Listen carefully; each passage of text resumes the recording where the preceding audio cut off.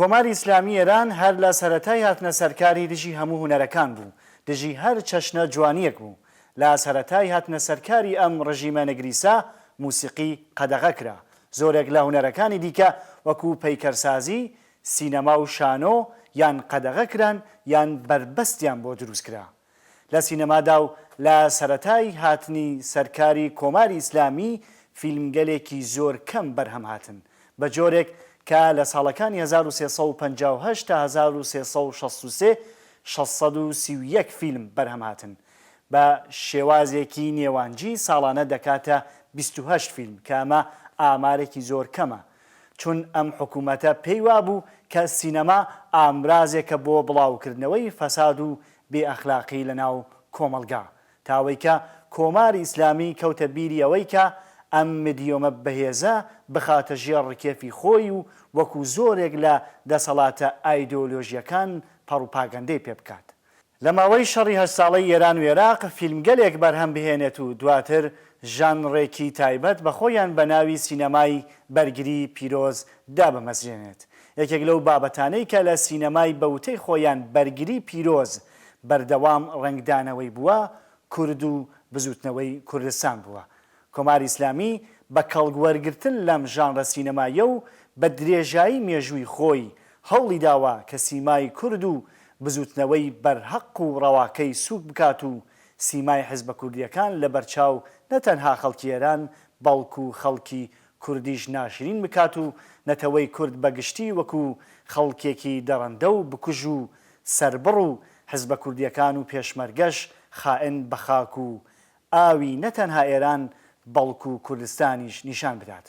کۆماری ئیسلامی خۆشی ئەمە باش دەزانێت کە خەڵکی کورد خۆیان هەڵقوڵاوی ئەم بزوتنەیەن، باش دەزانێت کە ماڵێک نییە لە کوێرەدێیەکیشدا کاوکاری و یارمەتی پێشمەرگەیان نەدابێت و بە سادەترین شتیش بوو بێت میوانداری پێشمەرگەیان کردووە و پێشمەرگەیان لە پیلانەکانی کۆماری ئیسلامی ئاگادار کردوێتەوە.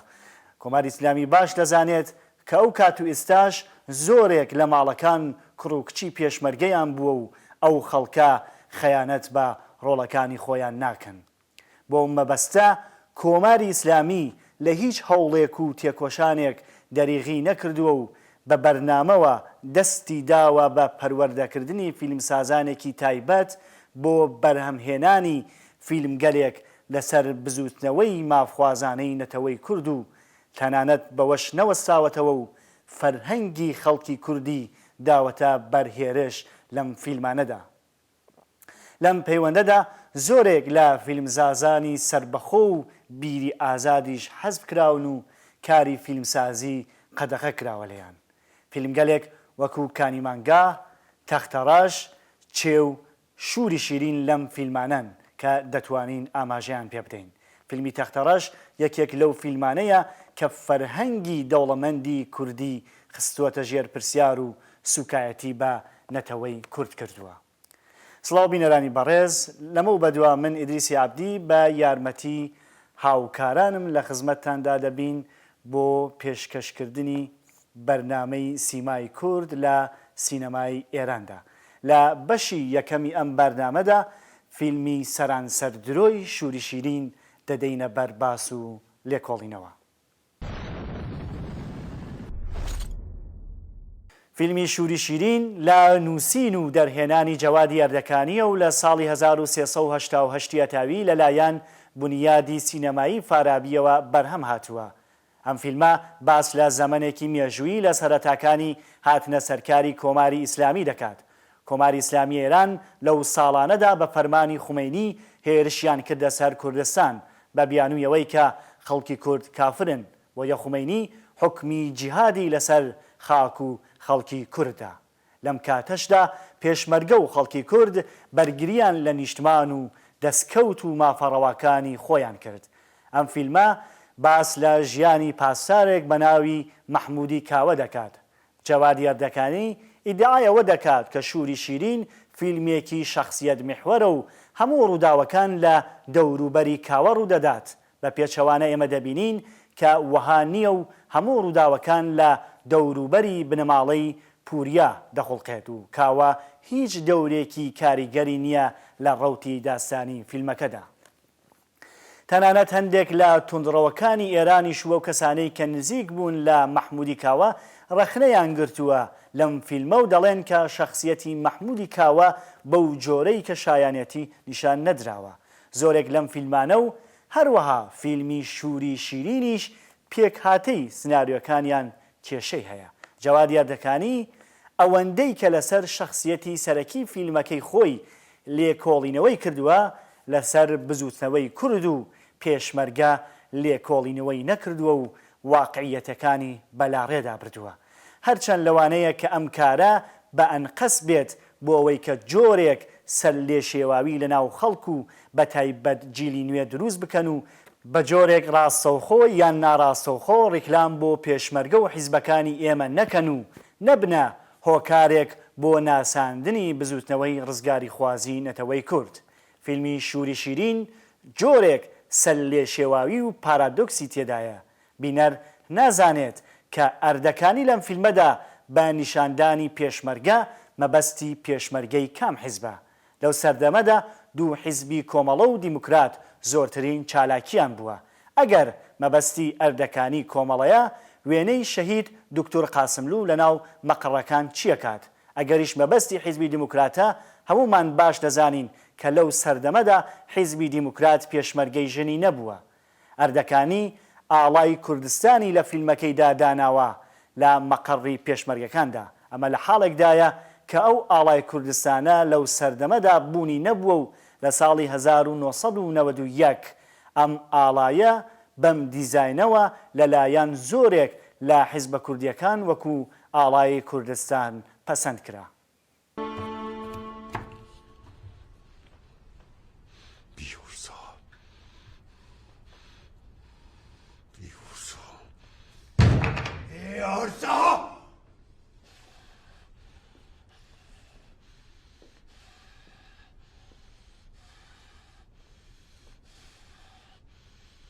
سر افتاد دستونا. بله سرگرد. به غیر از خسرو اون تلنشای بیارزه چی شدن؟ هنوز آمار درستی نداریم. یه عده مثل ما موفق شدن عقب نشینی کنن. بگو جانمونه برداشتیم و فرار کردیم. فرار! نه عقب نشینی. بله سرگرد. غیر از کا خسرو، کا عزیز و کا سواره هم اسیر شدن با حدود 20 نفر دیگه. 10-15 نفرم کشته دادیم. همین. بس دیگه. فهمیدم. برید بیرون. بیرون!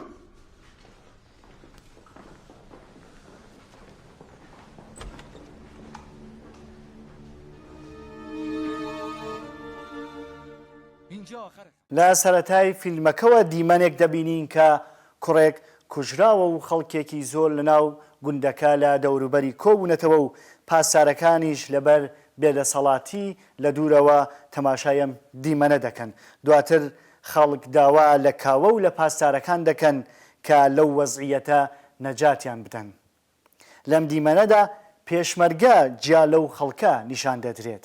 بە جۆرێک واز دەکەیت پێشمەرگە خائنە بە خاک و خەڵکی خۆی، بە جۆرێکە پێشمەرگە بە هیچ شێوەیەک ڕحم و بەزەیی تێدا نییە. وەکو هێزێکی نامۆ بەو خەڵکە نیشان دەدرێن و وەکو هێزێکی بێگانە کە هاتووە خاک و نیشتمانێکی دیکە داگیر بکات.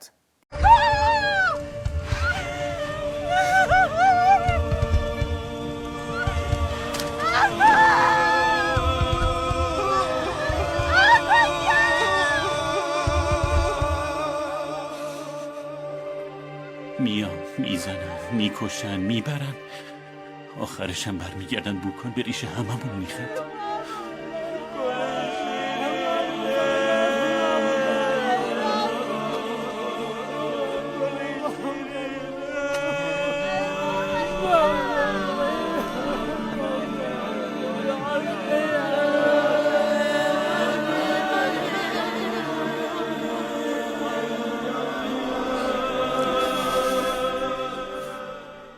هەر لەم دیمەنەدا بە جۆرێک قەداسەت و منجیبوونی قارەمانی فیلمەکەی ئەردەکانی نیشان دەدرێت. ئەمە تایبەتمەندی قارەمانانی زۆرێک لەو فیلمانن واز دەکەیت کە لەلایەن خواوە ڕاستپێدراون بۆ ڕزگارکردنی ئەو خەڵکە. ئەی ئەو قارەمانانەی ئەردەکیەکان و حاتەمەیکیاکان نەبوون کە چیرۆکی قەڕنا و قەڵاتانیان خوڵقاند؟ مەگەر هەرەوانە نەبوون کە لە فڕۆکەخانەی سنا لاوانی تێکۆشەری کوردیاندایە دەستڕێژی گولا؟ هەر پاشماوەی ئەو قارەمانانەش نین کە ئێستاش ڕۆژانە لاوانی کورد لە زیندانەکانی کۆماری ئیسلامی ئەدام دەکەن؟ ئەوە سیاسەتی خودی کۆماری ئیسلامی بووە و هەیە کە خەڵکی بێتاوان دەداتە بەرهێرش. ئەوە کۆماری ئیسلامی ئێرانە کە بێگانەیە بە خەڵکی خۆی و خەڵکی خستۆتە ژێر گیوتینی ئەدام و دشوارترین هەلومەرجی ئابووری و کۆمەڵایەتی و ئەمنیەتی بۆ خەڵک دروست کردووە. تۆ هەر کەسێک ئەی پەرستن بۆ بە ئاوارمان ناکەن، کوڕی جوانمیان کوشت، کچی جوانمیان برد، ئەی بۆچی هیچ کارە ناکەن؟ شماها نماینده حکومت نیستین، پس اینجا چه میکنین؟ اگر هم نماینده حکومتین پس چرا کاری نمیکنین؟ چرا؟ نه برادر، قرار نیست ما کاری نکنیم.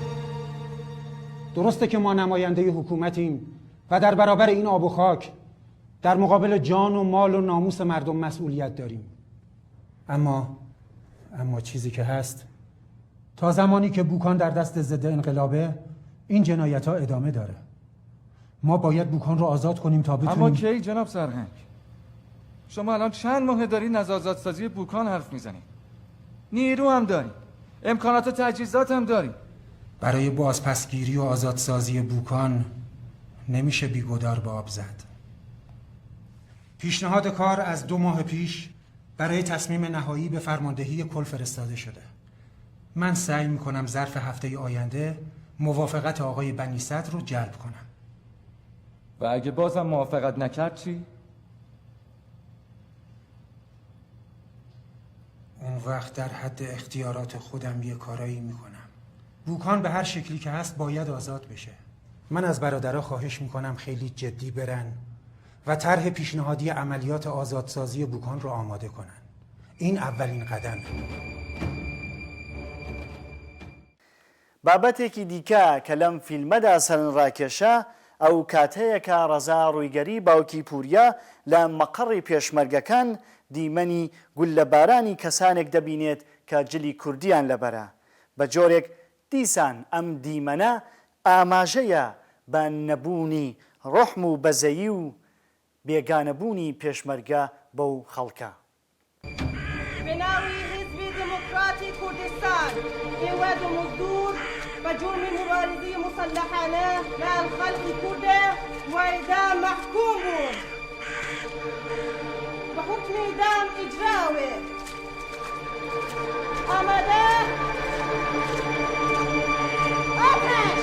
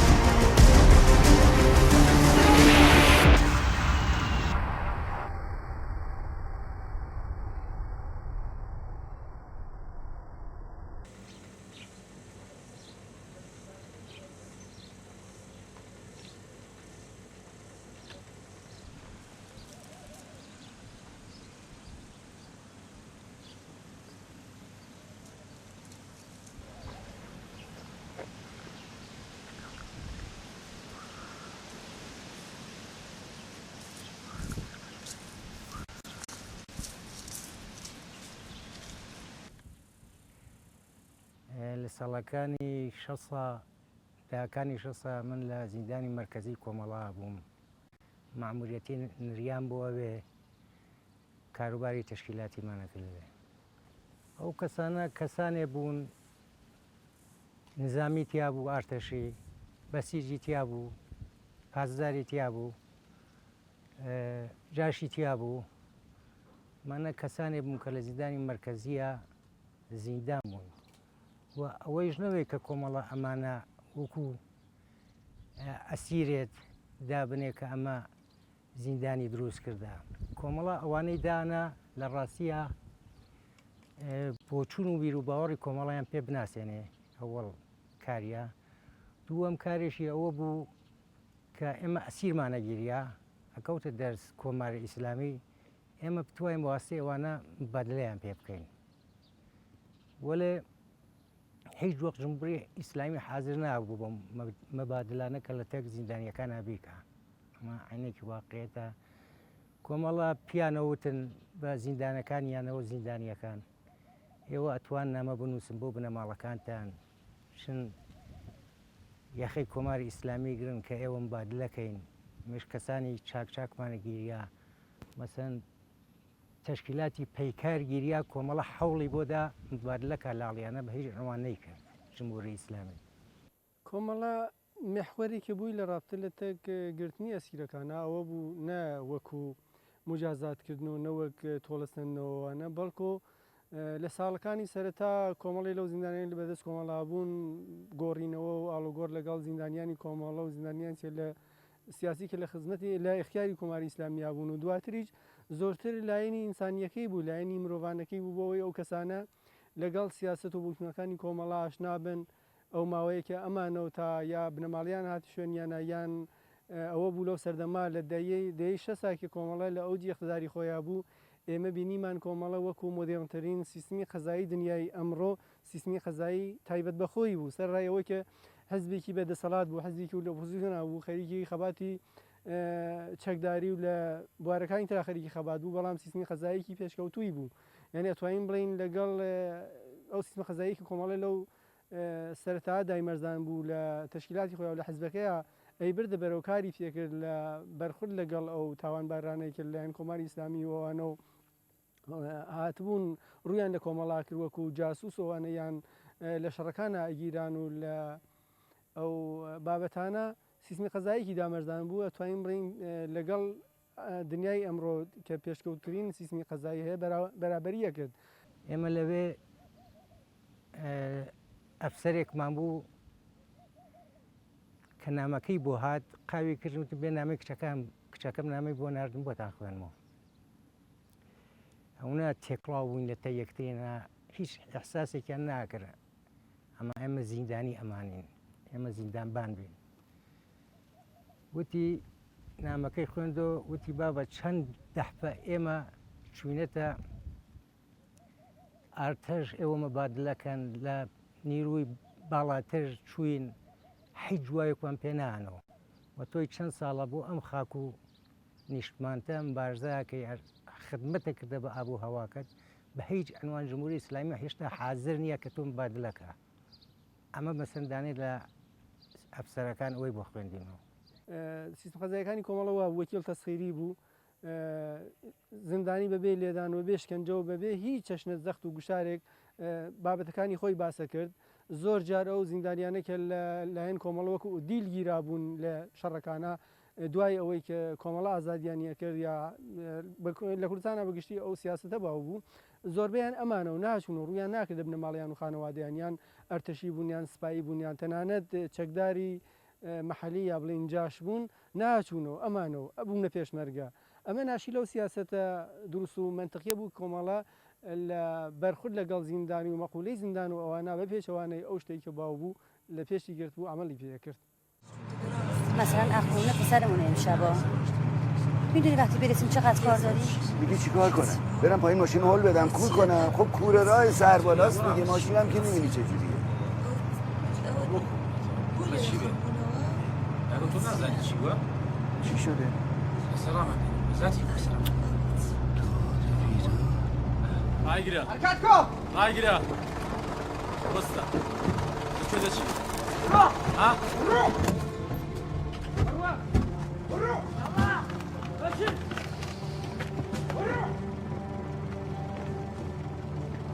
شما دوتا کردین؟ نه. سربازین؟ پایین. تو ایران. من یه پزشک هستم. سرپرکنم. خاصه به درد ما میخوری. پایین. من یادت میاد جناب سروان؟ نباید اون روز گریانت باور میکرد. پایین. ایران. یالا. یالا.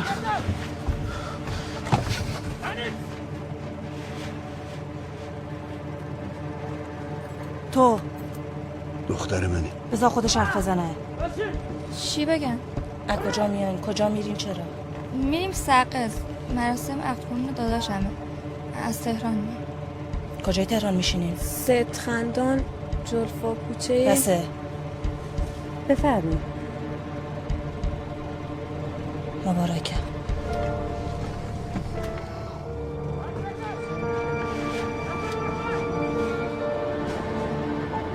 پایین.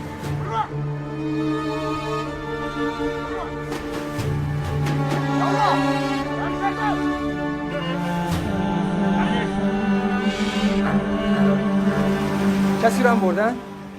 بسیار باشه. منتظریم جناب سرورد. ممنون. چی شده چنگیز؟ بچه‌های ژاندارمری موقعی که رفتن برای جمع‌آوری نیروها فهمیدن به یکی از پست‌های تامین حمله شده. بعد از ایرانخواه 2 سرباز رو شهید کردن و ظاهراً جلوی چند تا ماشین عبوری رو هم گرفتن. چند نفر رو بردن؟ معلوم نیست. منتظر خبرهای دقیق‌تر. چنگیز، گروهان ضربت رو راه بندازن؟ اگه گروگانگیری باشه باید اقدام کنیم. هنوز هیچی معلوم نیست. هیتلری، مراقب همه چی باش. چشم، خیالتون راحت بشه. راستی محمود جان، به کسی چیزی نگو.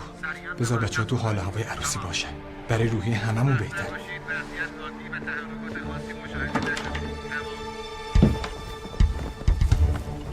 را بیاین تن لشا.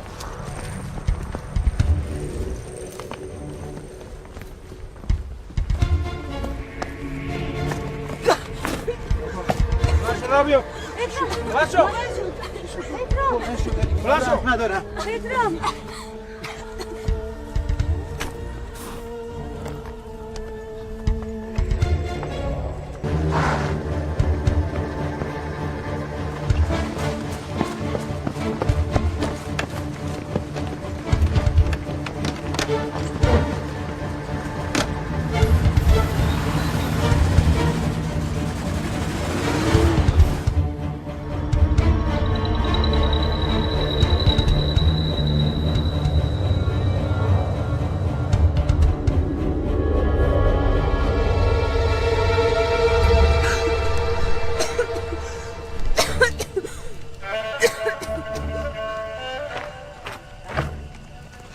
کجا؟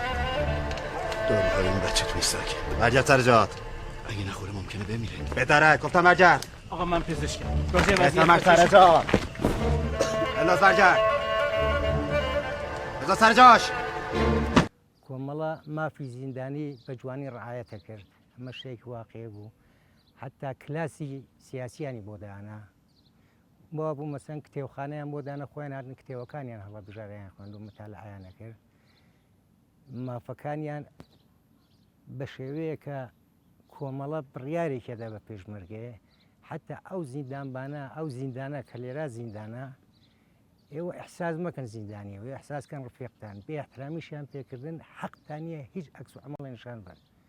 ئێمە لە زیندانە ئاوا بووین مەشغڵاتێکیشیان بووایە دەردەدڵێک بووایە لە تەک زۆر کەسا ڕفێق بوون پیان خۆش تەک پێشمەرگار دەردەدڵکەن باسی دەردەدڵەکانی ئەمە پێشمەرگەی کۆمەڵا بوو.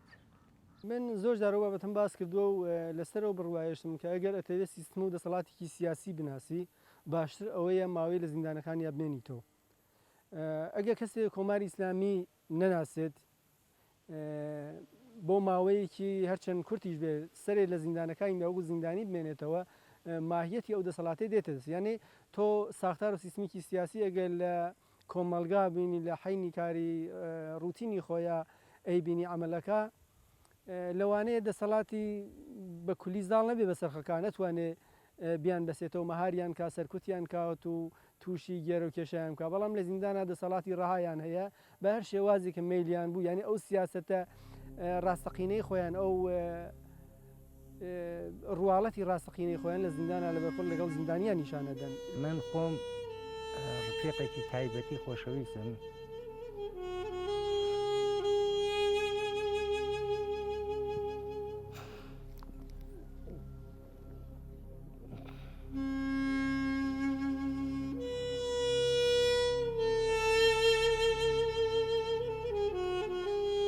پێشمەرگەیەکی ئازا و نەمەر بوو ئەو ڕۆژە هەردووکمانیان تەشویق کرد بووین بە مەسئول گروپ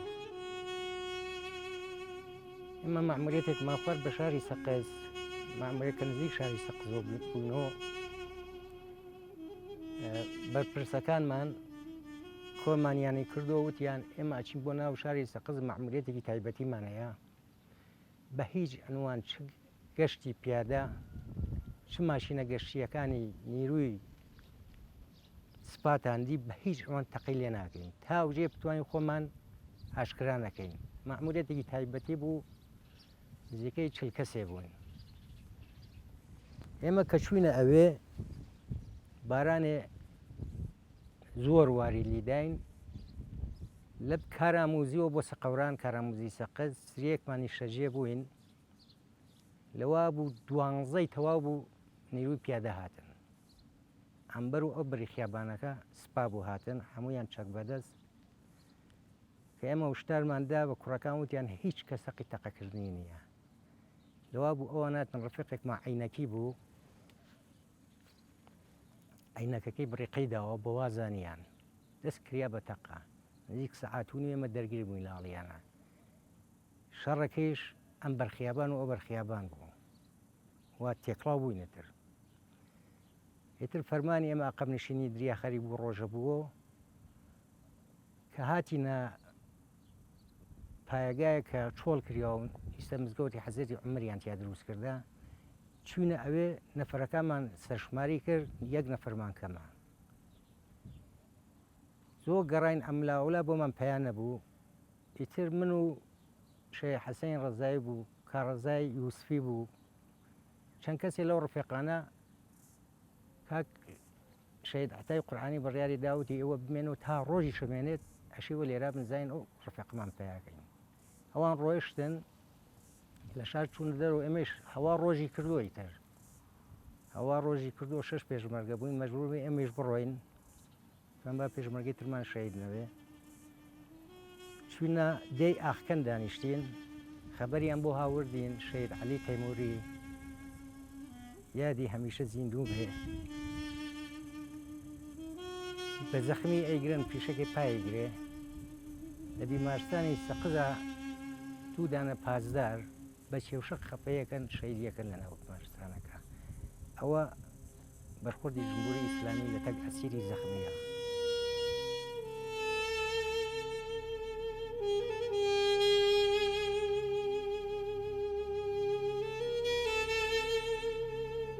چەند نمونە هەیە لە دۆرانی جۆر بە جۆر لە زیندانەکانە کۆماری ئیسلامی لە دەیەی 6 سال لە سەرەتاکانی دەیەی 6 سال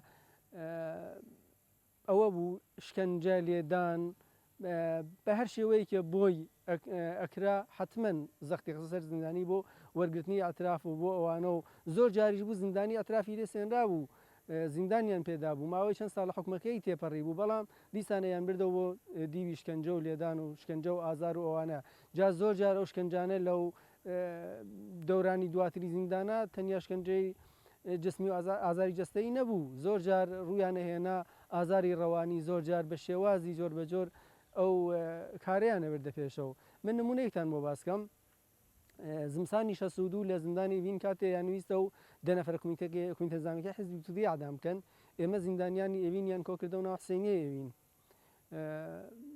لاجوەردی هات و وتی ئەوەی ئێستا ئەمانە هەن و کۆمەڵێ لە کادرەکانی کومیتەی نظامی حیزب و دەن و بڕێق سەو باسمان بووەکەن ئێمە کۆمەڵی زیندانی دانیشت بووین زیندانێکی زۆر ساڵی دروست زمسانی 62 بوو بەڵێ ئەو دەنەفریان هێنا بردیانە بان سنەکەی تەعاتری حسینیە ئێوین و یەکەم کەس کە قسەی کرد ناخدا بەهرام ئەفسەری فەرماندەی هێزی دەریایی ئێران بوو.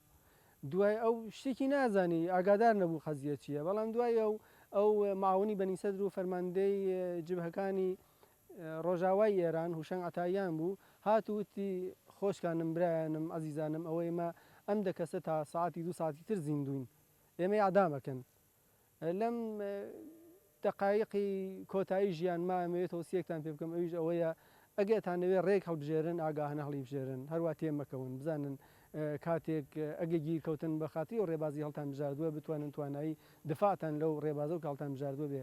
لاجوەردی هاتە مەیدان زۆر سوکایەتی کرد، زۆر بەناشیرینی کۆمەڵی لەو زیندانیانیان هاندا کاتی ئەو دەنەفرە زیندانیە چوونەوە بۆ دەرە و تەنانەت لە زیندانیەکان کەڵ وەرگیرا بۆ بابەتە بە دەمپایی و بە سوکایەتی و ئەهانەتەوە دەکەسە منە و سەحنەم ئیژمە و ئیشگال لەبیر ناچێت.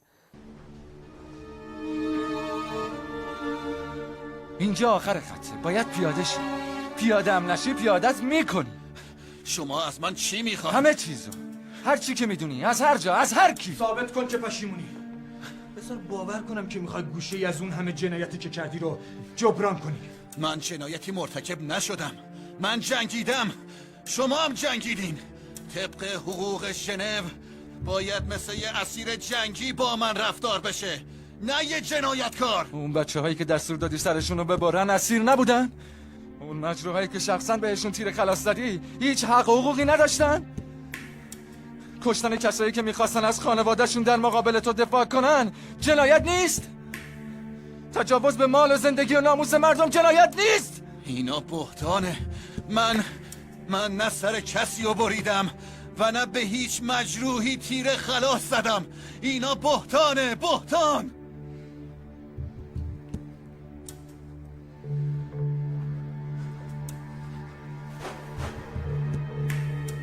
اینا بهتانه، اینا بهتانه نامرد، اینا بهتانه،